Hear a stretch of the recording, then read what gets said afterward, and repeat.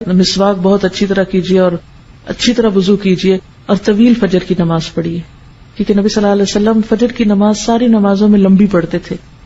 افسوس یہ کہ ہمیں قرآن کا اتنا حصہ یاد نہیں، لیکن جو بھی لمبی سے لمبی سورت یاد ہے اس کو اس میں پڑھنے کی کوشش کریں. دوسری چیز جو اس سے پہلے کرنے کی ہے وہ تلاوت قرآن ہے. ان قرآن الفجر کان مشہودا، اس کو مس نہ ہونے دیں. جتنی توفیق ہے، جو لوگ زیادہ تیز پڑھ سکتے وہ کم از کم پارہ پڑھ سکتے ہیں، زیادہ بھی پڑھ سکتے. تو سورج نکلنے سے پہلے تک آپ کیا کریں؟ فجر کی نماز اور تلاوت میں وہ وقت گزاریں، اور بہت عبادت کا بہترین وقت ہے. پھر اس سے پہلے کہ سورج طلوع ہو آپ کیا کریں؟ صبح شام کی دعائیں جو ہیں مسنون اذکار وہ کر لیں. صبح شام کے مسنون اذکار یعنی وہ دعائیں جو نبی صلی اللہ علیہ وسلم صبح شام پڑھا کرتے تھے، آپ مسنون دعاؤں کی کسی بھی کتاب سے لے سکتے ہیں. اس سلسلے میں ایک کتاب وَإِيَّاكَ نَسْتَعِينُ کے نام سے الہدا سے شائع کی گئی ہے. اس میں ان دعاؤں کی سند، فضیلت، پڑھنے کا طریقہ اور اردو اور انگریزی ترجمہ بھی موجود ہے. تو اگر زبانی نہیں آ تو آپ دیکھ کر پڑھ لیں.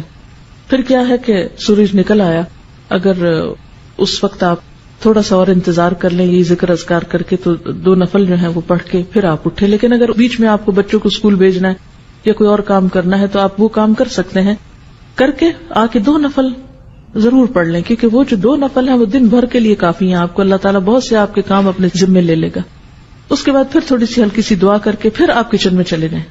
اب آپ دیکھیں گے اب آپ جو کچن میں جائیں گے برکت بھی ہوگی، راحت ہوگی، دل کی عجیب خوشی ہوگی. لیکن جب ہم دنیا کے کاموں کو ترجیح دیتے ہیں اور عبادات کو پس پش ڈالتے ہیں، پہلے وہ پکانے کھانے میں لگے رہے، پھر سنبھالنے میں لگے رہے، پھر جب نماز کو وہ سورج نکلنے والا ہو گیا جلدی جلدی نماز پڑھی، اس نماز میں کوئی لذت نہیں. پھر اتنے میں بچے جاگ گئے، کوئی اور کام ہو گیا، پھر ان میں لگ گئے، پھر قرآن پڑھنا رہ گیا. کیونکہ مجھے معلوم ہے کہ اس وقت اپنے آپ کو کاموں میں سے، کیونکہ انسان کہتا ہے یہ تھوڑا سا جلدی سے سمیٹ لو بس پھر میں فارغ ادھر سے ہو جائیں گے، چھوڑیے اس کو، پہلے ادھر سے فارغ ہوئیے. پھر اس کے بعد آپ اپنا آرام سے جو بھی کچن وچن سنبھالنا ہے جو کرنا ہے، پھر اس کے بعد آپ یہاں آنے کی تیاری کر سکتے ہیں. اور اگر آپ کے پاس کچھ اور وقت بیچ میں ہے، ہر ایک کی چونکہ مصروفیات فرق ہیں، اس لیے میں تھوڑا سی یہ ٹپس دے رہی ہوں آپ کو.